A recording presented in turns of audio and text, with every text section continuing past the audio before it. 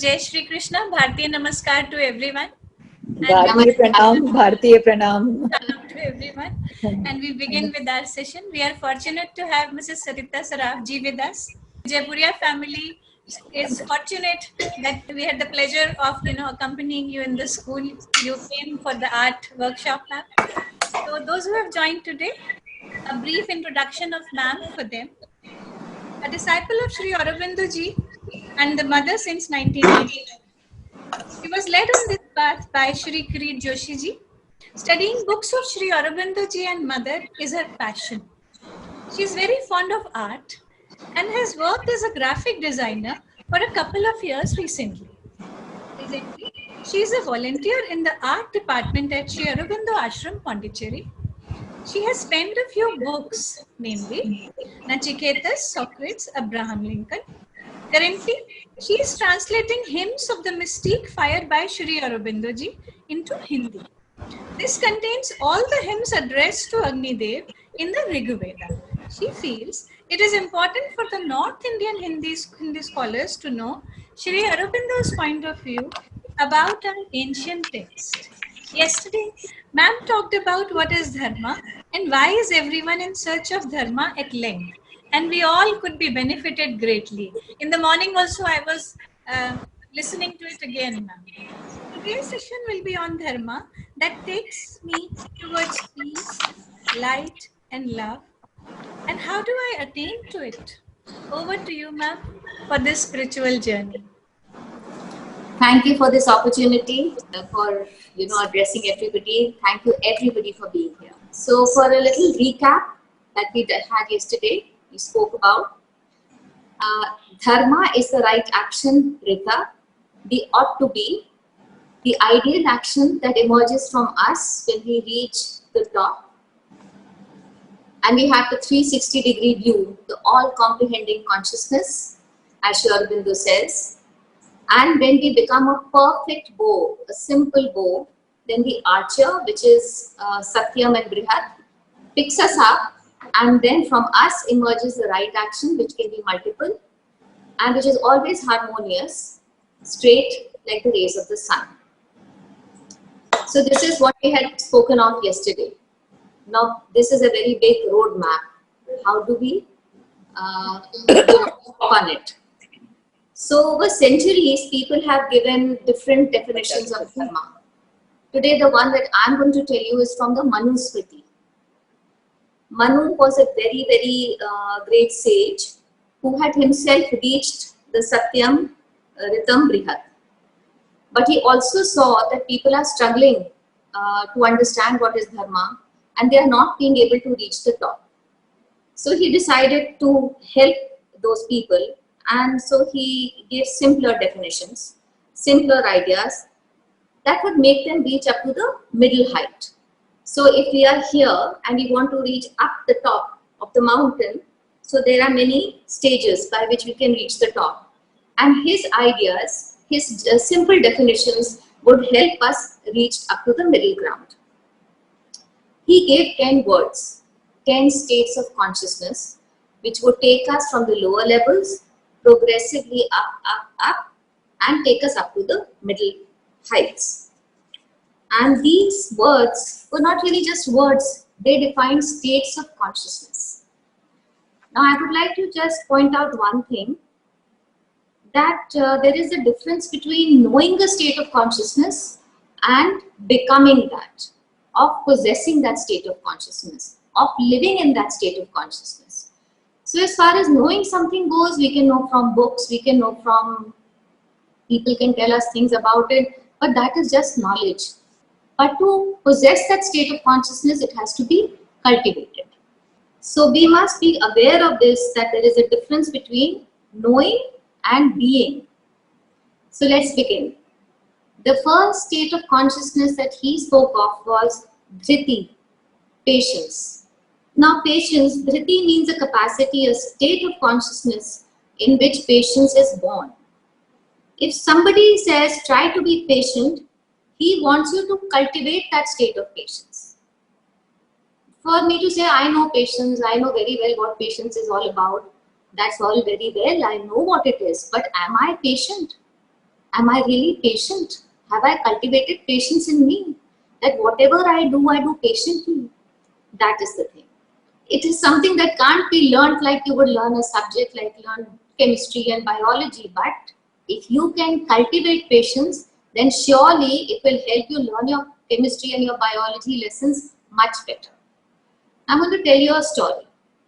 There was this farmer and he was really looking for a means by which he could earn some money and sustain the needs of his family. So a friend of his told him that why don't you grow this special bamboo? When the crop comes, then it earns enough that it would help you sustain your family. So he agreed and he got the seeds and he planted them all over his entire land. He just, cultivated for this special bamboo. Then he would water the seeds every day, meticulously, unfailingly, very sincerely. A year passed and he kept waiting for the shoots to come. Nothing happened, nothing came. He said, never mind, maybe this is a special bamboo, so it's going to take some time. So every day he continued to do exactly what he was doing, watering them the same way that he had been told, everything. Now 2 years went by, no, there was no sign of any shoot. His neighbor started laughing at him, look at this fool, what has he done? But he just felt a little bad, but he said, no, I'm going to continue to do what I've been told to do. Continued with the same regimen of watering the seeds daily in the same manner. Now the 3rd year went by and his friends started coming to him. Somebody suggested, I think you're putting too much water and the seeds have rotted. Another set of friends would come and they would tell him, you have watered too little and the seeds have all withered away. It's all useless, it's better you just till the land again and normal whatever you grow, you start growing that. He thought to himself and he said, no, I'm going to wait. And he continued steadily to water his land exactly the way that he was doing. The 4th year went by, then he contacted that friend and he said, look, 4 years had gone by. I'm having great difficulty in looking after my family and nothing is, coming out of the land. The seeds are just exactly where they are. I'm watering the way you said. So he said, just be patient and continue doing what you're doing. So again, he said, well, I must have faith. Continue to water. Now 5 years went by. Then one morning when he got up and looked out of the window, he was very happy because he saw that all of them had sprouted those lovely green shoots. And not only that, once they had sprouted the green shoots, in 6 weeks' time, this bamboo had grown 90 feet tall. 90 feet tall each bamboo had grown. Then he could harvest it and sell it in the market and earn enough money to sustain his family. Not only that, the roots had become so rich in these 5 years that they were ready to give him another set of, the crop was rotating again. So this is, it shows us how patience pays off very, very beautifully. Patience means waiting for results, steadily continuing to do what we have been doing systematically in the same manner, having faith and slowly but steadily going on with our job. And this is what gives us an increase in the capacity for patience. And Manu says that if you have developed this state of consciousness of patience, then you are on the path of dharma. Now let us move on to the second one. He says the second state of consciousness that we ought to develop is Kshama, forgiveness. You must be knowing people, often say that I'm going to take revenge. Somebody has hit me, I'm going to hit him back. Somebody has insulted me, I'm going to insult him back. Somebody has given me so much trouble, I'm going to trouble him back. But this state of consciousness of Kshama is quite different. This is not the way it behaves. It is another line of development. Buddha has said that revenge is never quieted by revenge. Never. So, if you want to stop revenge, then what do? So first we have to do something else. We don't want to take revenge because Buddha has said that taking revenge is not the answer. So we have to do something else. What is that something else? It is that we learn to forgive. Now to learn to forgive, we have to first understand from where does revenge start. It starts from the fact that I am hurt. Somebody has hurt me very, very badly. So the only thing I can think of is retaliation. So the wise people say that no, the way to go about it is that you first understand your hurt and then you rise above that hurt. You rise above that hurt. Now, how do I rise above that hurt? So they say that one of the best ways is love. Tremendous love when you feel for a person, it becomes very easy to forgive. So the one way to do it is that the person who has hurt you, you start increasing the love in your heart for that person. When you start increasing the love in your heart for that person, then to forgive becomes very easy. In fact, Sri Aurobindo says, who is your enemy? The one who sent you into the arms of your beloved?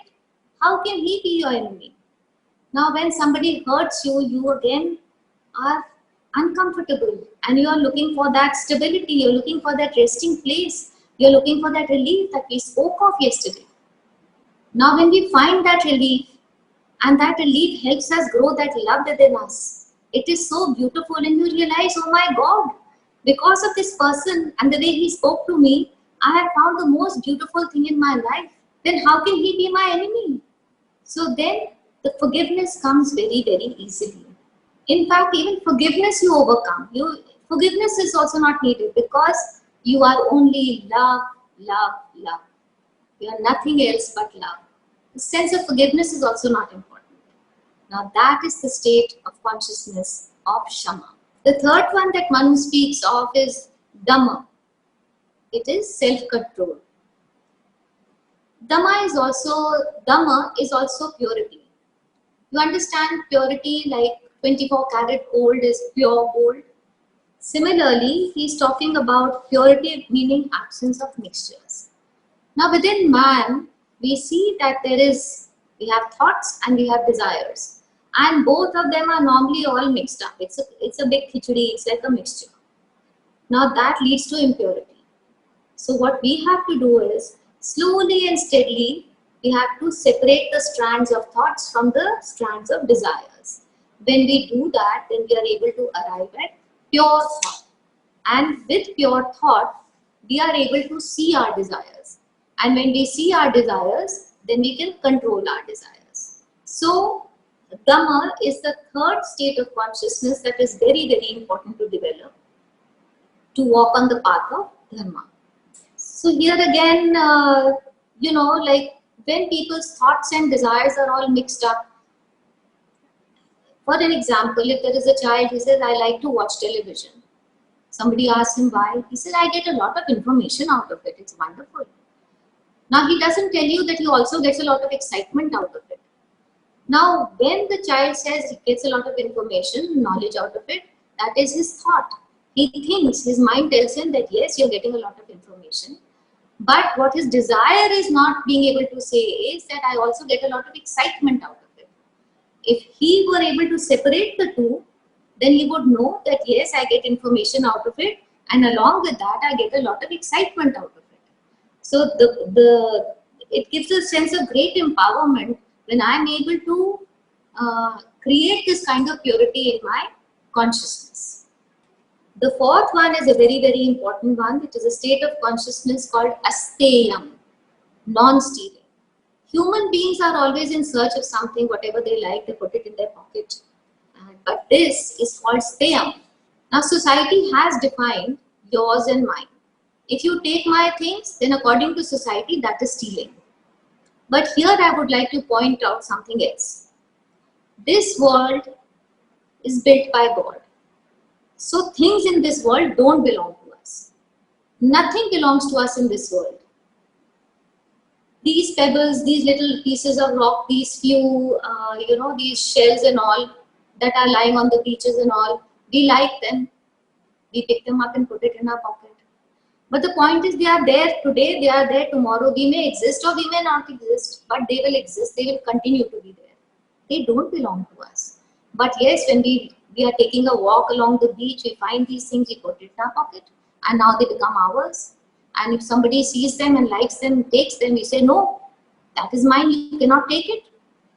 Now this is adharma.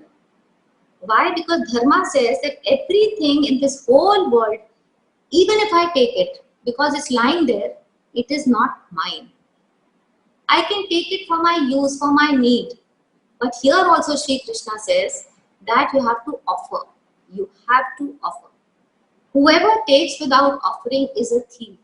This is what Sri Krishna says. This is a very, very important definition. And by this we understand what is theft, not what society tells us. But what Sri Krishna says is that whatever we take and we do not offer is steya, that is stealing. As long as you take but do not give back, do not offer, then you should realize that you are in a state of adharma. The state of dharma is when you take and you offer. In fact, Mother says you should be in a constant state of offering. In fact, Sri Krishna even says further that after offering, what is left, ashishtam, you have a right only to that. What is only left after you offer, what is left, only to that you have a right. And even then, offer it again before you use it. In other words, life should be a constant state of offering. To be a servant of God. Because as a servant, as a slave, nothing is ours. What belongs to the slave? Nothing. He himself belongs to his owner, to the Swami. And God is our Swami, then we all belong to God. So if we are in the constant state of offering, then we are on the path of dharma and we have achieved asteya. Now here I would like to give an example that this is one way of offering, yes. But Sri Aurobindo in the Hymns to the Mystic Fire has also mentioned about offering and what it does. That when we offer ourselves or our mind or our thoughts and all our desires, then what is it that we are doing? What is an offering? It's a gift to somebody.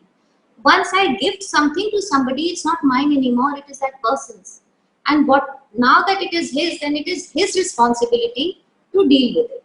So when I offer whatever I possess, if I offer it to God, then it is for God's responsibility to look after it. So then if I offer my thoughts, it is God's responsibility to transform those thoughts. If I offer my feelings, it's God's responsibility to transform those feelings. If I offer all that I am eating, all that I am thinking, then it is God's responsibility to take it all up and transform it. So it's not my responsibility anymore. I have given it all up to Him. So Mother has written very beautifully that all that I have, all that I do, and all that I am is yours. And once it is yours, then it is your responsibility to look after me, to look after all that I have, and to look after, because it's not mine, it is yours. To look after all that I do, because whatever I do it for you. So you make me do what you want me to do. And all that I am meaning my mind, my heart, my feelings, my body, everything, my actions, everything is yours. So you make me do what you want me to do. You make me become what you want me to become. And that is the whole point of this offering. Now the fifth one is a state of consciousness called Shaucham. It is cleanliness. They lay a lot of stress on cleanliness, and they say that there should be physical cleanliness, vital cleanliness, mental cleanliness, psychic cleanliness, spiritual cleanliness. In all manners, we should be clean. What does cleanliness mean? Transparency. There should be complete transparency. The total clarity. When we are not clear, when we are not clean, then that is adharma. We have to be clean. And when we become transparent, we are on the path of dharma. So that is also a state of consciousness where we achieve this transparency in every plane of our being. Here, I will again give you an example. So there was this child who was spick and span clothes, well-combed hair, goes to school every day, shoes shining, socks not rolled down properly, put-ups, ironed shirt, everything. Looked wonderful. And he was good in his studies also. Teachers liked him. But he was unhappy. And what was the cause of his unhappiness? He used to look at a child called Sunil. He was very good in his studies and his teachers loved him very much. So the whole day he was troubled by this, that what can I do by which, I can pull the carpet from under Sunil's feet and make him topple in the eyes of the teachers and I become number one. Now that is vital uncleanliness. And mother has said in one place that do not try to be an angel in your physical when you are not an angel in your vital. Now she doesn't mean to say that therefore your vital being is all muddy and not clear, that therefore you should be unkempt in your physical. No, not at all. What she's trying to say is that as clean and as careful you are in your physical being, try to attain that same transparency in your vital being. And the same thing goes for the mental being. Now, when it comes to the psychic cleanliness, now the psychic being is the dynamic part of our soul, which is already clean, in the sense the soul is clean, it's a portion of the Lord. So when we talk about psychic cleanliness, we are talking about the transparency. So the amount of veiling that is between me and my psychic being, we have to learn to remove that veiling. And when that veiling is removed, then we'll attain to psychic cleanliness. And the same goes for spiritual cleanliness. The sixth one Manu talks about is Indriya Nigraha, control of senses. This is one of the most important things to talk about and to think about when it comes to cultivating our senses of consciousness. In the Kathopanishad, it is spoken that we have these senses, the five Gyanendriya, the eyes, the ears, the nose, the tongue and the skin, they're all opening outward. Whatever we see the leaves on the tree, we see TV, it's all outward. We're running, whatever we see, we continue, And when we hear, it could be a favorite song, it could be the birds chirping, it could be my mother calling me. Again, all outward. The nose, well, it could be the lovely smell coming from the kitchen from my mother's cooking, or it could be beautiful smell of flowers, or it could be a heap of rubbish also, but it's all outward. Similarly, tasting, it could be, like we taste food, the burgers and the chapatis and the dal, even the skin. I can feel my mother's caress on my body when she hugs me. I can feel the rough sweater in the winters when it's, I can feel it's itchy because it's coarse. So every sense is outward. And most of the difficulties of the world arise out of it because once they are outward, they continue to just go on running outward like horses without any control, like wild horses. I'm eating one ice cream today, then again it wakens up my desire and I want to eat another and another and another. So similarly, it just goes on. I see one movie and I want to see another and another and another. I'm listening to my favorite band and I continue to go on listening. So it just increases my desire. So the senses immediately they continue to demand more and more and more. But what we spoke of yesterday, the top at the climax, you have the reality, the Sat. That is, it's not outer. That reality, if we want to experience, if we want to see, if we want to know what that is, then that we are not going to arrive at that by moving outward. We have to turn around and walk inward. So therefore, it is very, very important to be able to control our senses. Outward is an external expression of the internal. But if I want to see internally, then how do I achieve that? So it is through controlling our senses, through Indriya Nigraha. Now our senses are like wild horses. We don't want to stop them. We just want to control them. So for example, if you eat an ice cream, you should have the control over these senses to say, okay, enough. I will only take one ice cream. It's not good to have more than that. Now that is you being a master of the senses instead of the other way around, where the senses are controlling you and they pump in whatever they feel like, satisfy whatever wild desires we have, and that control over our senses is what is called Indriya Nigraha. And why is it important? Because if we are not able to control the senses, then we will never be able to turn within and go on this lovely journey where we climb and climb and climb and climb, and one day we are able to see that reality. If that is what is our goal, then this is a very important aspect, a state of consciousness which is absolutely imperative to develop.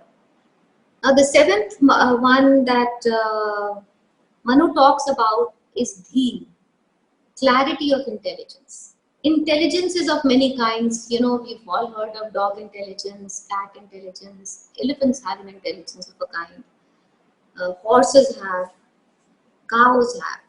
Now, these are all partial intelligence. But human beings, our intelligence is different. We possess all kinds of intelligence. So, Dhi, but the difference is that Dhi is pure intelligence. So what we have to do is we have to purify our intelligence. It should be purified to such an extent that it becomes like polished mirror. Whatever is reflected on it appears exactly without any muddying. I get to see the reflection of whatever is shown in it. I get to see it exactly like that. So if you turn your intelligence outside, you are able to see whatever is outside very clearly. If you are able to turn your intelligence inside, it is able to see the inner reality exactly the way it is. That kind of purity we have to develop in our intelligence. That is called Dhi, purified intelligence. The eighth one that Manu talks about the state of consciousness is Vidya, knowledge. It is said that when Vidya, knowledge is attained, then possession of that knowledge creates a state of consciousness. We normally don't experience it because the kind of Vidya we are talking about is, book knowledge, but even that to some extent has a great bearing in this. So when we possess knowledge, then our own entire being within, you can see a marked difference in how we are when we have learned something very well, understood it very well, internalized it very well, and when we don't. Suppose there is a test and we are not prepared for it, we have not studied for it. We are in a state of anxiety, of discomfort, and there's some kind of a shrinking within. But suppose we are very well prepared for this test, not like a parrot, but we have really understood the subject, we have internalized it, we can really speak about it. Then we are very settled, we are very calm. And not only that, we are very cheerful, very bubbly, very positive about it. And then when the teacher asks us anything, ours is the first hand to shoot up and give the answer. Not only that, we want to be questioned. We want to let people know that this is the answer, that is the answer, and it gives great joy within the being. Now, this is when we have the knowledge. Then the state of consciousness that we have is very happy, very positive. When knowledge is attained, then there is a fullness in our consciousness. Sri Aurobindo, and even there is an Upanishad that calls it Chidghan. The Chidghan, it's Ghana, it becomes dense. Our state of consciousness becomes dense with that knowledge. And also when you possess knowledge, then you feel the descent of peace within you. The peace that descends is beautiful. It is as though there is a pillar of peace that has been thrust into your mind. It is so dense, so ghana. And the peace is so dense that no thought can enter. You are able to silence the mind because of the presence of that solid pillar of peace within. So one can say that when you have attained to knowledge, Vidya, then you also attain to peace. So if you want to attain to peace, you want to become extremely peaceful, then attain to Vidya, attain to that knowledge. The ninth one that Manu speaks of is Satyam, the expression of reality. This we have already spoken of yesterday, the accurate expression of reality, truth. Now here I would like to tell you a story. There was a match going on between two schools, cricket match.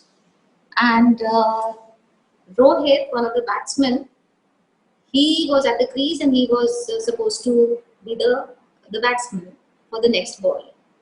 And he had only 2 runs to make, and if they made the 2 runs, their school would win. So the bowler, he threw the ball, and Rohit swung the bat and hit the ball towards the boundary. And then he quickly started running between the wickets.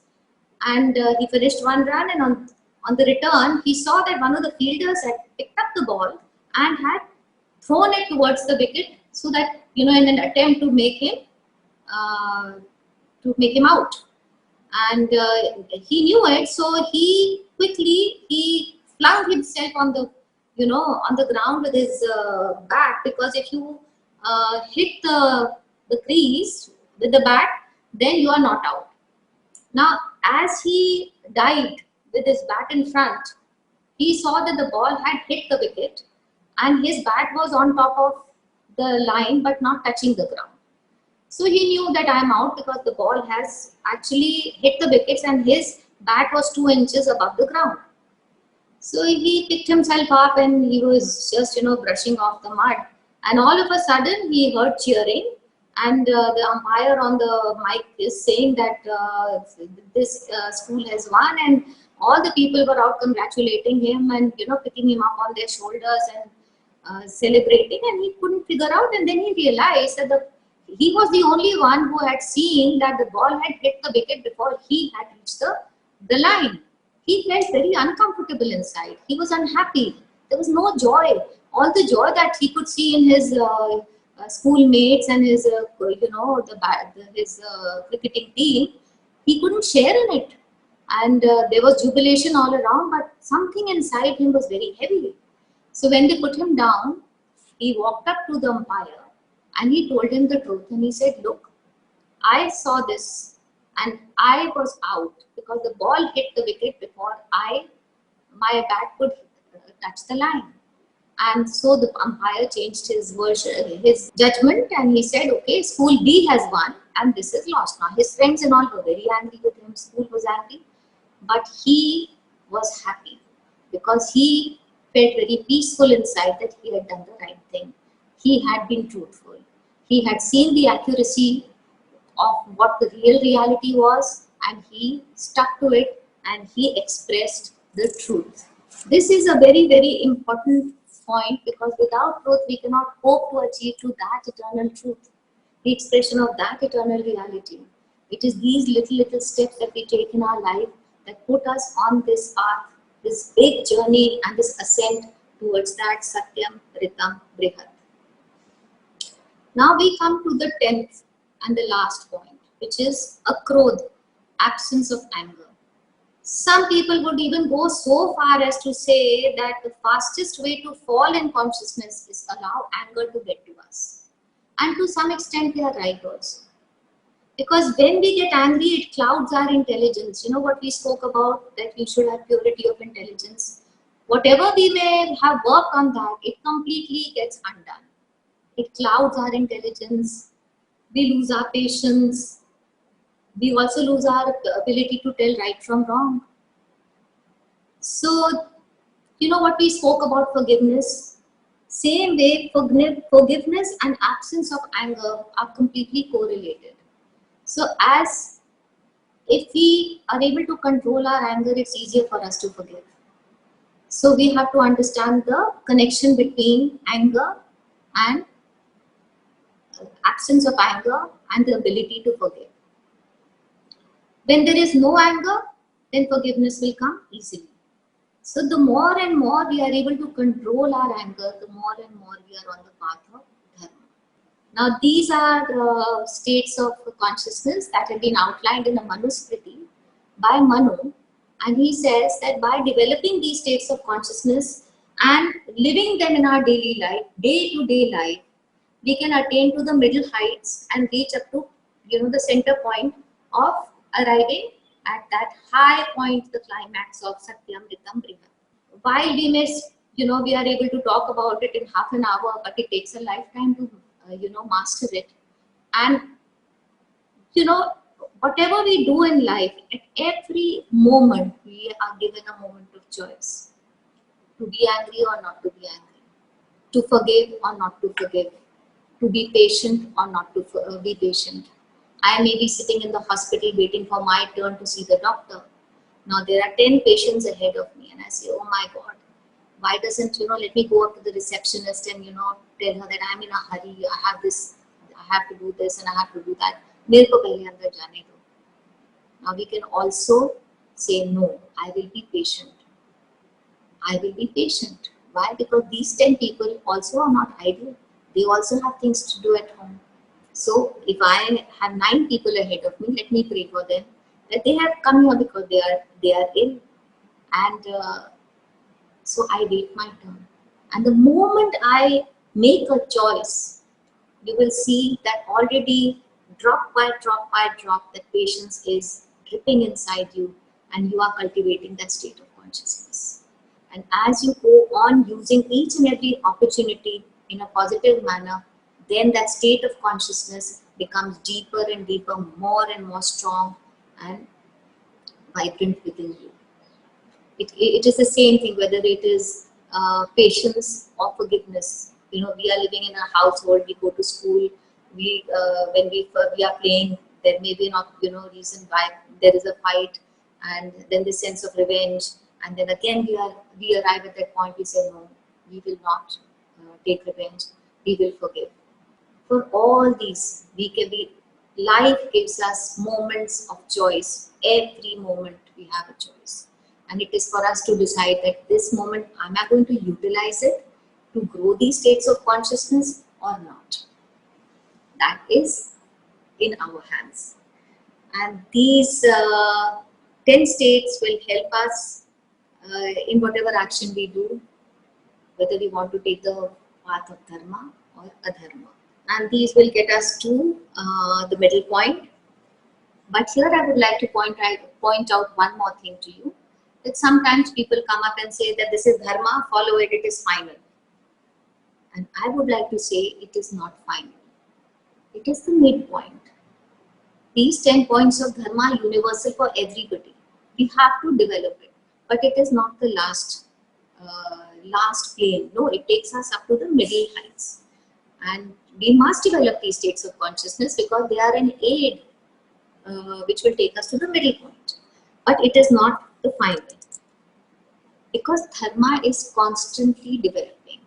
These are universal states of consciousness, good for everybody, good for us, that it will take us up to a point. But beyond that point is something else which we are going to talk about tomorrow. Would anybody like to ask me something? So there are students who have commented, ma'am, kindly explain dharma, how to be truthful and how to decide between desires and facts. Kritika Singh. So I can give a very simple example. When we had spoken about thoughts and desires and how it's like a big mixture and we really don't understand. So that is when the mind is completely involved in the desires and it starts talking the language of desires. So for example, somebody is diabetic and he is not supposed to be eating rasgullas. So he knows that it's a desire and I ought not be indulging in it. My doctor has told me I shouldn't be eating it. The pure mind knows it, that this is what it is. But the desire is so very strong that it convinces him that ye khane se kuch nahi hoga, and the mind also gets involved in it. It gets vitalized in it. It completely becomes a slave to the desire. That is when you are not able to free the mind from that desire. And to attain to that consciousness where you are able to do that dhamma, the state of consciousness where your mind is completely free from that desire, then you are able to look at the desire and control it. At least you are able to see it and say, no, I will not give in. So that is how you have to practice it. You have to go on practicing it to differentiate between the two and free the mind so that the mind is able to direct the vital being, the sense mind, from not indulging in things that it is not supposed to. Siddharth Gupta is asking 7D that please explain more the difference between desire and fact. The fact is, as we are told, that this is good for us, this is bad for us. Now we all know it also, right? And the desire is saying that I don't understand, I don't really believe in it. It's all the desire. The sense mind doesn't even look at facts. It is not its domain. The domain of the sense mind is only to go after what it wants to go after. I like this sound, I like this music, I love this band, and it's going to play, and I have to listen to it. I just have to do it. This is my favorite movie, I have to see it. Now that is the desire. That which just pushes you to fulfill it, just satisfy it. That is desire. That pushes you to satisfy it. And the senses just help you in that. The mind, the eyes, the ears, all our senses are moving outward. They just want to fulfill that desire. That is why it is so important to control the senses, so that we may be able to put a lid on our desires when it is being unreasonable. And the mind, if it is involved in it, when it is clouded by it, it becomes a slave and says, "Kya farak padta hai? Kuch nahi hota hai yaar. दो घंटे की तो बात है, मैं बाद में पढ़ लूंगा." But if the mind is free from it, it will be able to say, "No, I need 4 hours to study for this exam. I cannot waste 2 hours in listening to this band. It may be my favorite band, but I cannot waste my 2 hours in listening, because when I come back, it will take me another 1 hour to unwind from that, and I won't have enough time left to study." But when the mind is involved with that desire, then all of it is clouded. And the mind also starts singing the same tune as the desire and says, "Ha, it will all be done, don't worry. We will study when we come back." So the pure mind is just not able to, act in its own field by itself, independent. Rashika Pandey, she has given a comment: peace is the result of restraining your mind to process life as it is, rather than as you think it should be. Just accept and let go. So she has thanked you. Sparsh Kaushik is asking, "Ma'am, who made dharma? Why he thought that he should make dharma?" So who made dharma, he's saying, no? So now actually he's asking a very, very beautiful question. And if I go back 10,000 years ago and I read the Vedas, and they are the ones who have mapped out the entire Srishti. Okay, they have mapped the Vedic rishis had mapped out the entire Srishti and said there are 7 planes in this entire Srishti, starting from this Bhautik plane all the way up. And each plane has its own niyam. अपने नियम होते हैं. उस जमाने में उनके शब्दों में उसको धर्म बोलते थे. You understand? So they would say that each plane, the material plane, the vital plane, the mental plane, the supramental, the Satchidanand, these are the 7 planes. Now all these planes have their own niyams by which the Srishti is run. Okay, so that was called the dharma. And from that has evolved what we call dharma today. That ये धर्म के विरुद्ध है, ये धर्म के विरुद्ध नहीं है. जब हम कल भी बात कर रहे थे कि धर्म और कर्म हमारे कॉन्फ्लिक्ट में होते हैं, तो what is this dharma? What is my dharma? So then we talk about what is my, and then again we have the Chaturvarna, that if you are a Brahmin, then that is your dharma, something else. The Kshatriya dharma is something else. The dharma of the Vaishya is something else. Of the Shudra is something else. What is dharma? So they outlined that the niyam by which you have to live while you are in that plane is dharma. So it is not something which has been synthesized. It is there from creation. They just saw it. They mapped it out. They observed it, and they came to this conclusion as they were climbing, that when I move from the physical to the vital, then all of a sudden the laws which governed me earlier don't govern me anymore. Now it's a new set of laws that are governing me. And as I move into the mental plane, it's a new set of laws that are governing me. Now the animal, in the animal kingdom, his laws are not the same as the human laws, are they? They are not. The laws that govern plant life are not the same as those which are governing animal life.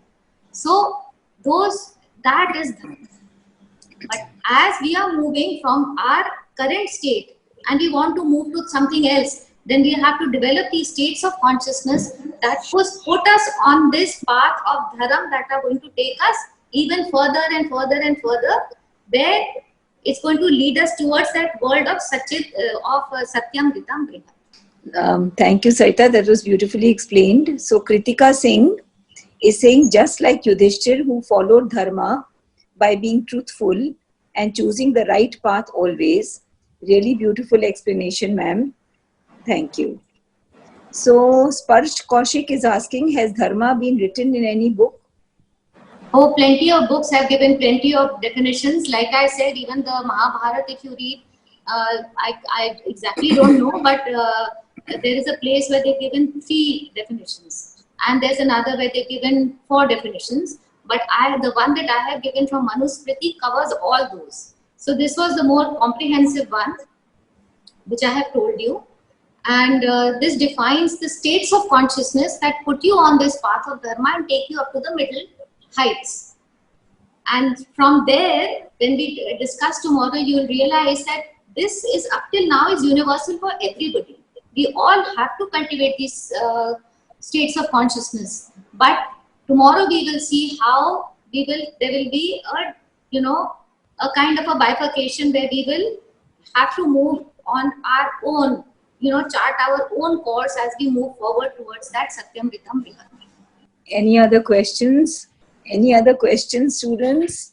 Okay, there is Asma is asking, what is the word that you use for clarity of intelligence? That was D-A-I. Yeah, it is D. So when your intelligence is clarified, when it is absolutely pure, then it is called D. It's a very old word, and it stands for intelligence, which is like a mirror, very, very polished, very, very clear. So polished that whatever you see in it is reflecting exactly what it is. So there is no muddiness on it. There is no steam on it that hides. So Jyoti Mishra ma'am is saying, ma'am, sometimes even if we are not angry with someone and there is an absence of anger, still forgiveness doesn't come because feeling of hurt and pain is still there. What to do in such a case so that forgiveness becomes easy? So like Sri Aurobindo has said, that you don't want to take revenge. We've understood this much, that revenge doesn't help. So we say, okay, we won't take revenge, but what do we do? So the answer is that we recognize that why do I get this sense of revenge? Because I've been hurt. Now within my heart, when I'm hurt, I don't know, I need to get rid of this hurt, and we think of various ways by doing it, and one, of course, the worst is revenge, and it doesn't help. So the wise people say that, okay, you rise above hurt. And like ma'am is saying that it's not easy. Yes, it is not easy, but you work towards it. And they said, no, that to rise above hurt, they found a formula that when you love somebody, then to forget becomes easy. So whoever is that person who has hurt you, you increase the amount of love that you can have for him in your heart. You begin to love him. And you begin to love him, and slowly what happens is that hurt will go. And Sri Aurobindo says that now how do you begin to love somebody, when you don't feel it? So what we spoke about yesterday, that when we feel something bothering us, then we are looking for that resting place. We are looking for that stability. We are looking for that relief, and we turn to God because we want that relief.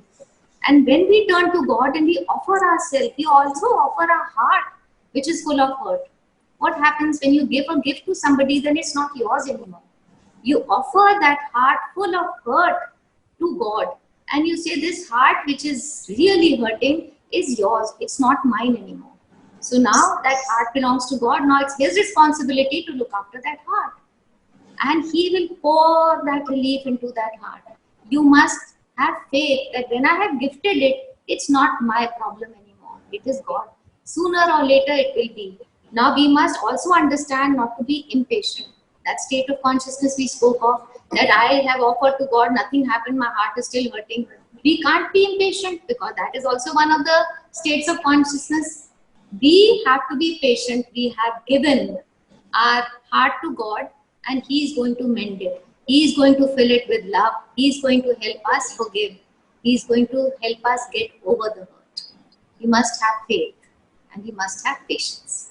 Okay, so Sparsh Kaushik had earlier asked, and now he's again asking. He's saying, when you were saying they, when I asked you, is there any name for they? I think the rishis, right? I don't remember. Can I have the whole sentence of what I said? We cannot remember the sentence. No, what was his question? So first his question was, has dharma been written in any book? And his first question was, ma'am, who made dharma? Why he thought that he should make dharma? Has dharma been written in any book? And now he says, ma'am, when you were saying they, is there any name for they? Yes, yes. So when I was saying they, I meant the Vedic rishis. So, but they never made dharma. They just saw it, and what they saw, they wrote. So they are only, how would you, transcribers of whatever they have heard and seen.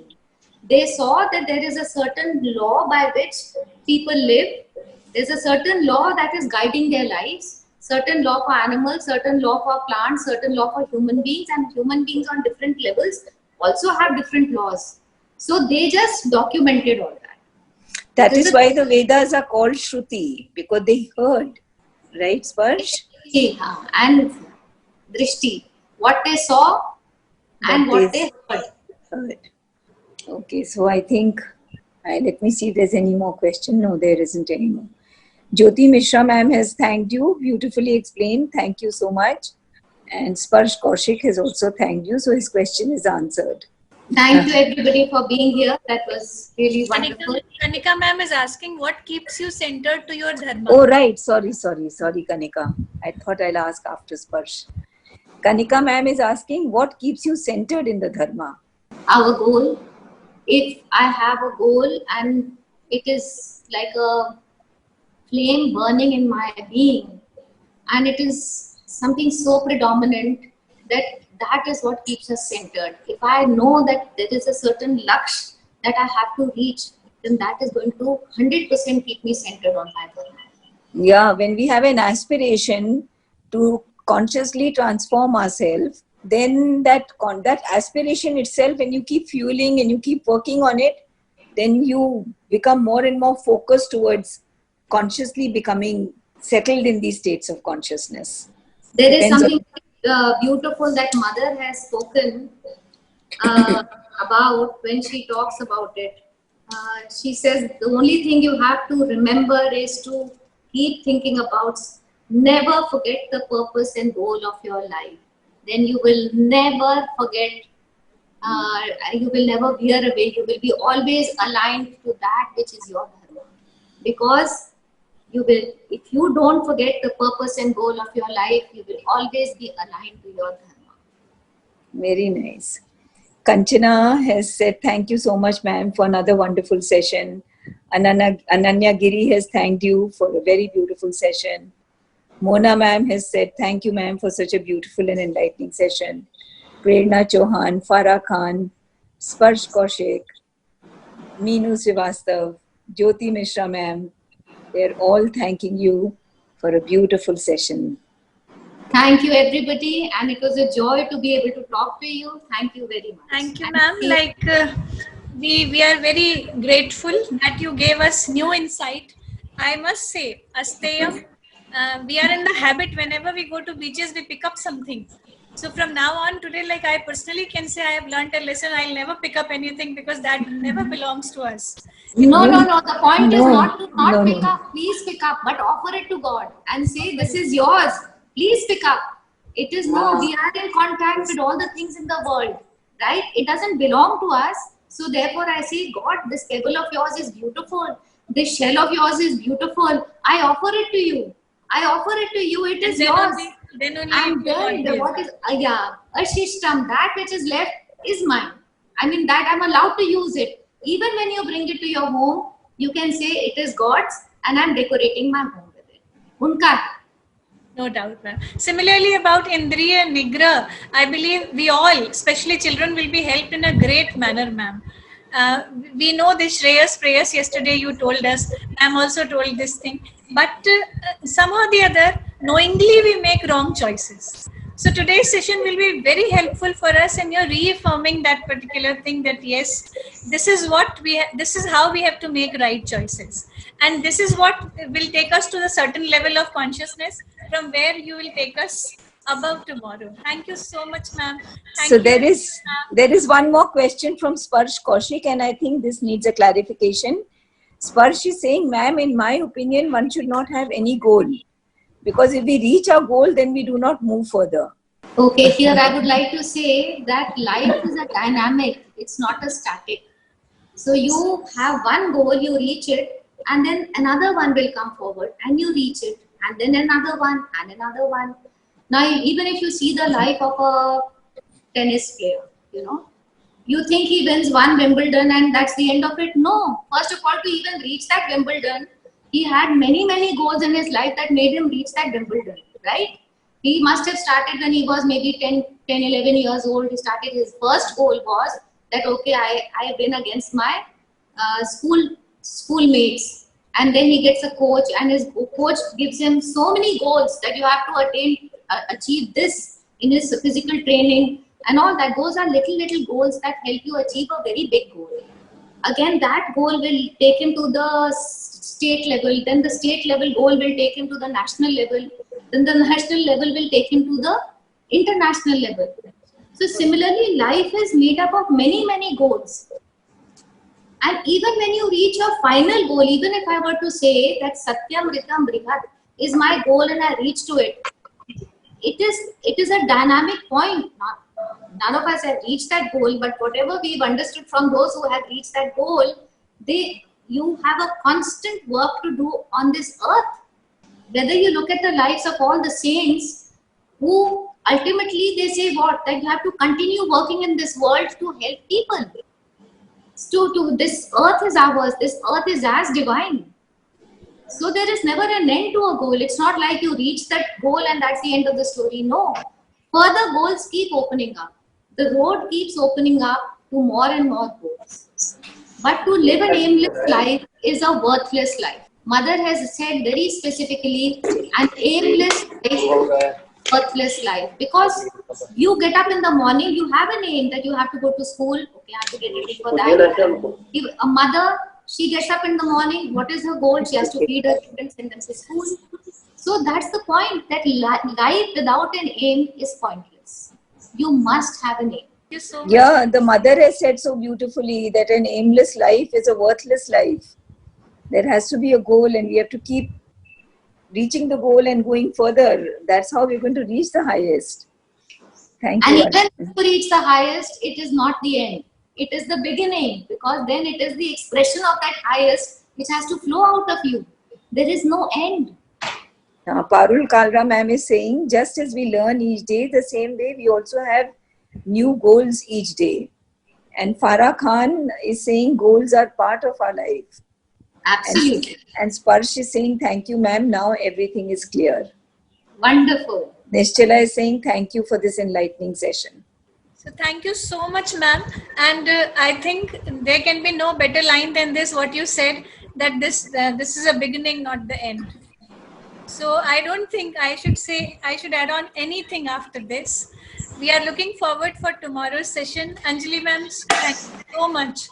Dharma is the best part to lead our own life. And Yes. ma'am has said, and I think I can't add anything after that. Thank you so much, ma'am. Thank you. We look forward. Thank you everybody Thank for you, being Anjali here. ma'am. Thank you, Saita. Everybody's really enjoyed the session. Lot of clarity. Thank you.